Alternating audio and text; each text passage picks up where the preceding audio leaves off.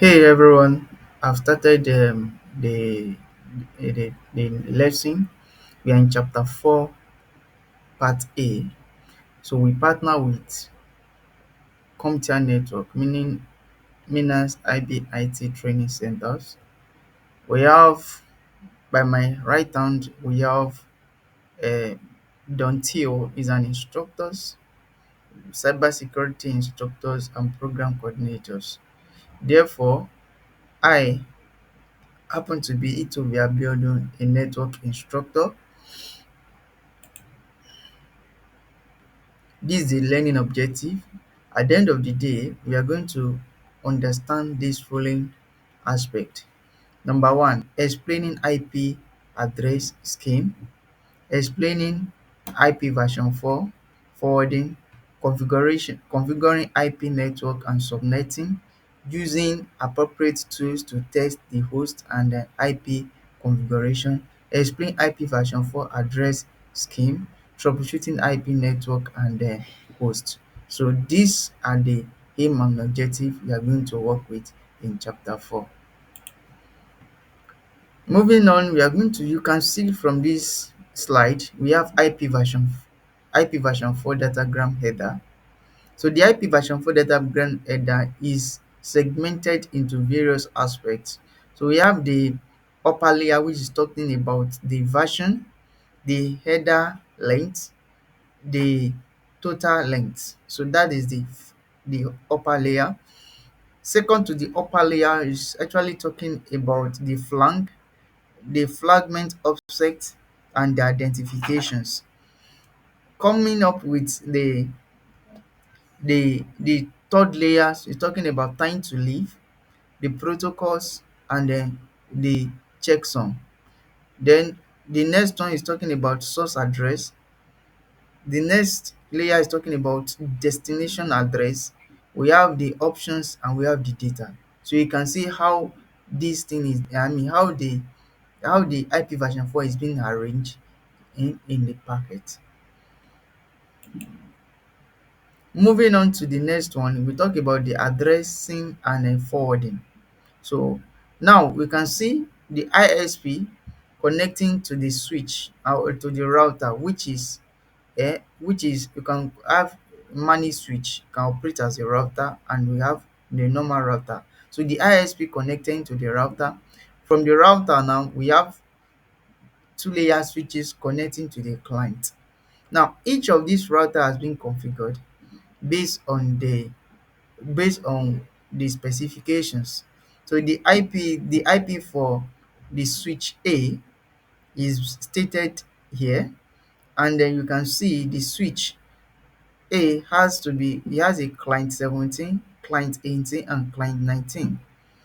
Now the switch B, the IP is also being stated, which is 196.51.100.32/24. This is a switch.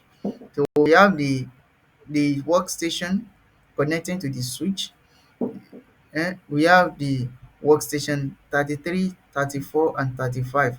The switch C, and the IP also stated 196.51.100.45 slash 2024. So you can see now the client that connected to that switch is 49 client, 49, 50, and 51. Moving on, we have unicast and broadcast address. So what is different between unicast and broadcast address? Now when you're talking about unicast address, you can see the structures. So addressing only to the destination IP. So when you are sending information from the source to the destination without interacting with any other means, is known as what? Unicast address. Now sending only to what? To the destination. We have multicast. Multicast is an opposite, addressing to the last IP address in a network or subnet, sending to the whole host on the network or subnet. So that is it. So every computer that connected to that network has to receive the message. That is different between unicast and then broadcast. In the next slide, we talk about multicast and anacast addressing. So the multicast address, addressing to the specific group of host IP address, sending to all hosts on the network. So that is how it operates. You can see the pictures of multicast. If sending one information to all the what? To all the workstations. So it's known as one to many. Now we have the anacast. The anacast address. Anacast anacast address to any only devices out of the group, or the devices typically that is closest to the to anyone. So used to load balancing, and redundancy. So you can see anacast now. So you will check the one that is closest. So that is where we send it to. It's not as if the other one is not important. So you use the closest as an option to what? To send the packet. Moving ahead, we have the IP4 addressing. You can see the IP4 addressing, you can address this in two ways. You can address it in bit, you can address it in decimal. If it is in decimal, as what is stated in this slide, we have 172.17.154.2. So this is what? Decimal addressing in IP version 4. Now if you want to convert it to binary, that is what we talk about: 010000000000 and 0. So you only understand 1 and 0 when I'm talking about bits. And each of these decimal addressing has 8 bits, each of them. So adding 8 bits, 8 plus 8 making 16, plus 8 24. And that is why you can see the network address, and the network ID only has 24, and why the host ID has 8. The combination of 24 plus 8 is equal to 32. So anything on IP version 4 is always 32 bits. So we can see the activity on the binary. You can convert this to what? To a standard form, which is very easy, and the example is clearly stated here. Have you seen how it's being classified? So how can you convert this binary into what? Into decimal. And I believe most of us did binary number where we were in school, and this is another formula for you to convert towards to binary. We have 128, 64, 32, 16, 8, 4, 2, and 1.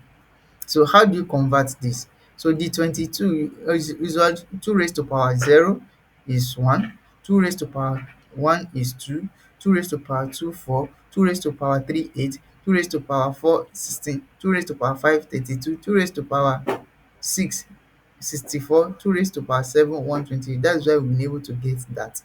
Now how do they now compose it? So where you see 1, you put 1 there, you put 0, you put, so that is how they've been able to what? To achieve. In 64, you can see 1 is there. In 32, there is 1. In 1, there is also 1. Other ones is 0. So when you now add anything is 0, you will not count it. But if it is anything 1, you have to count it and give the result. So I will take my time to explain the practical section ahead. So from this now, we have the address IP address format. We have the network ID, we have the host ID. Like an apartment, a building number, and common to all the hosts or to the same IP network. So when you get to a building, you can see the number. Well, this house is number 50. So every house, every room in that place is what? Is number 50. The ID, likewise an apartment number within a building. So room 1, room 2, room 3. So this is example of what? Network host ID. So identifying an host within an IP network. So do you understand the difference between host ID and the network ID? Now, so far so good. These are going to be the conclusion of this slide, and I would really appreciate you if you can follow the trend. And I believe if you follow this tutorial, by the end of the day, you can be satisfied and become a network